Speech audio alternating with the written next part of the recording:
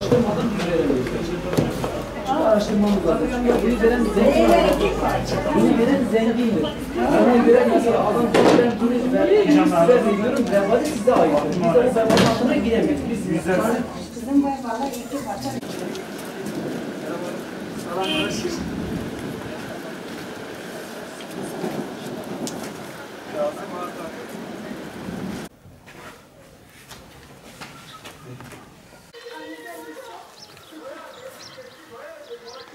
Tezaflar Cemiyeti Ağrı Şubesi Yardım Komisyon Başkanı Evren Kılıçarslan, Tezaflar Cemiyeti olarak aslında toplumun ifşadı için, toplumun iyiliğe, toplumun İslami hizmete ve insani hizmete bulunmak için biz de yardım komisyonu olarak bu insani hizmette biz yer alıyoruz ve bu insani hizmette de ihtiyaç sahibi ve muhtaç ailelere ulaşmak için böyle bir komisyon kurmuşuz ve bu komisyonda çalışmalarımızı yürütüyoruz.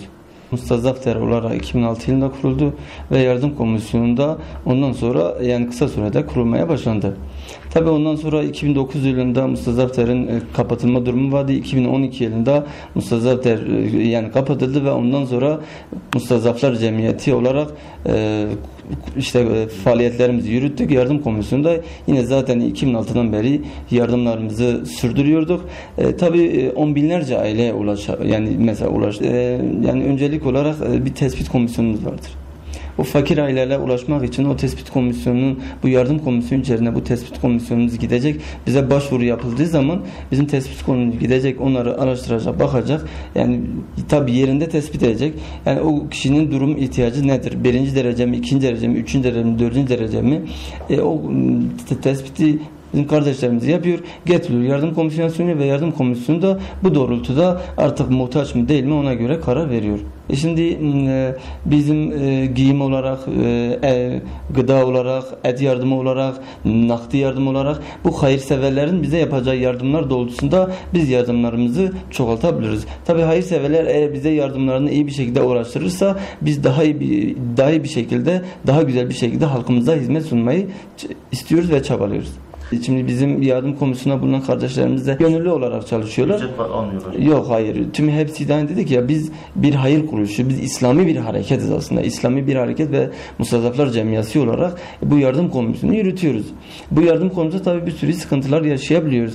Yani ister istemez bu zorluklarla karşılaşıyoruz. Onun yüzden kış şartlarında olsun bu şekilde, ama yine de bu zorluklar ve bu imkansızlıklar, bu kıt imkansızlıklar bize gelen bu kıt imkansızlıklara rağmen yine halkımıza elimizden gelen gayreti kardeşlerimiz gösteriyorlar ve bu fedakarlığı, bu özveriyi gösteriyorlar. Aradaki özellikle kenar mahalledeki yani insanların çok muhtaç durumda olduğunu görüyoruz ve bizatihi yerinde bunu tespit yapıyoruz, gidiyoruz, bakıyoruz. O ailelerin öyle aileler var ki buzdolabı yok, çamaşırı yok, ondan sonra mutfağı yok, yerde bu bütün eşyaları, ondan sonra bazı insanların evlerin çatısına damlamalar oluyor ve bazılarının kapıları hatta sorunlu. Baktığımız zaman yani bu tür sıkıntılar vardır. Yani biz gönül ister ki bu sıkıntıların hepsini biz giderelim. Ama tabii dedik ya, hayırseverlerin yapacağı yardımlarla biz bu imkanlar sağlıyoruz. Şimdi yeterli görüyor musunuz sorusuna gelince yani yeterli görmüyoruz tabii ki. Çalışmamızı yeterli görmüyoruz. Ama yani mesafe kat etmeyi sorarsanız yani büyük bir oranda çok mesafe kat etmiş. Zaten ilk kurumdan beri, yani ilk kurulduğumuz zamanda baktığımız zaman yani onlarca aileye ulaşabiliyorduk. Tabii daha sonra bu kardeşlerimizin yani yardım komisyonunun özverili çalışmalarında ve samimi ve gayreti çalışmasından dolayı şu an bakıyorsun yüzlerce aileye ulaşabiliyoruz ve hatta birazdan açıklayacağımız ailelere baktığımızda yani 500 aileye, 600 aileye ulaşabildik. Tabii bu da bizim için büyük bir yani onurdur. Ama tabii Ağrı'daki muhtaç insanları gözettiğimizde tabii yardımlar yeterli değildir. Tabii yeterli olması için de yani biz çalışmaları yürütüyoruz. Askeri ücretle veya çalışamayan veya yetim olan çocuklara baktığımız zaman devletin verdiği imkanlar yani yeterli değil. Bir ailede bazen bakıyoruz, bir ailede 9 nüfus.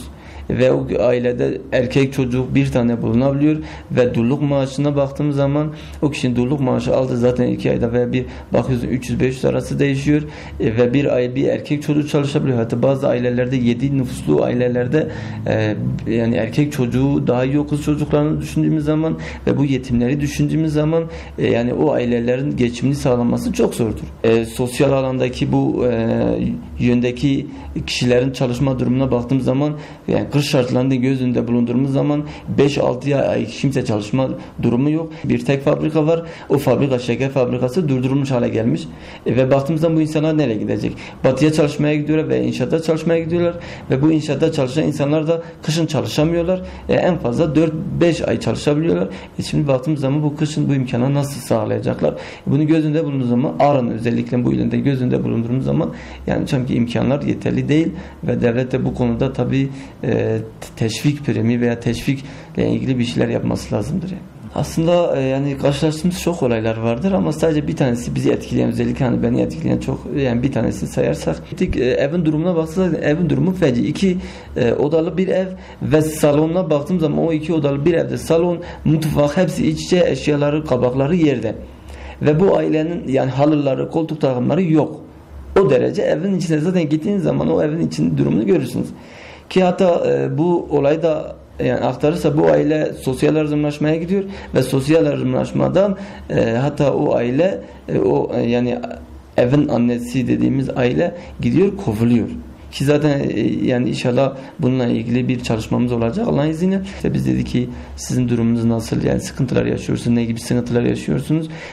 Biz bunu sorduğumuz zaman işte o ailenin reisi olacak abimiz de bize işte bu cevabı verdi. Dedi ki elhamdülillah dedi, ben şükür ediyorum ve dedi sizin buraya gelmeniz, siz Mustazaflar Cemiyeti olarak yani Ağrı Şubesi olarak sizin buraya gelmeniz Allah Azze ve Celle vesile kılmıştır. Sizi buraya göndermiştir, bana göndermiştir ve dedi hani bir önce söylediğimiz gibi Hazreti Eyüp misalini örnek verdi ve bu Hazreti Eyüp misalini örnek vererek yani kanaatkar sahibi olduğunu gördük ve bizden de bundan çok duygulandık. Valiyi ve ondan sonra sosyal yardımlaşmayı gerçekten muhtaç ailelere ulaşması için bu çalışmayı iyi bir şekilde yürütmesi lazım.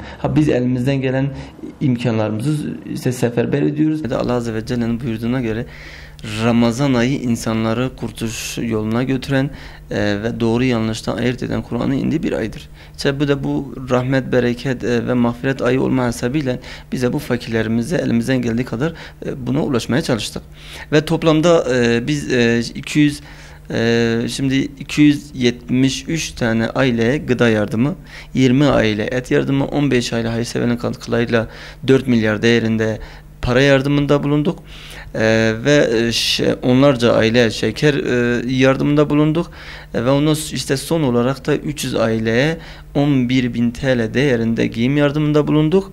Ve toplamda Ramazan içerisinde bu işte Ramazan'ın bereketiyle toplamda yaklaşık 630 aileye ulaştık ve 33.000 TL değerinde yardımlarımızı yani bu Ramazan içerisinde yardımlarımızı ulaştırdık elhamdülillah. İnşallah hedeflerimiz tabi bundan sonraki yani sadece Ramazan içerisinde değil, bundan sonraki aylarımızda da işte yardımlarımızı inşallah sürdüreceğiz. Ramazan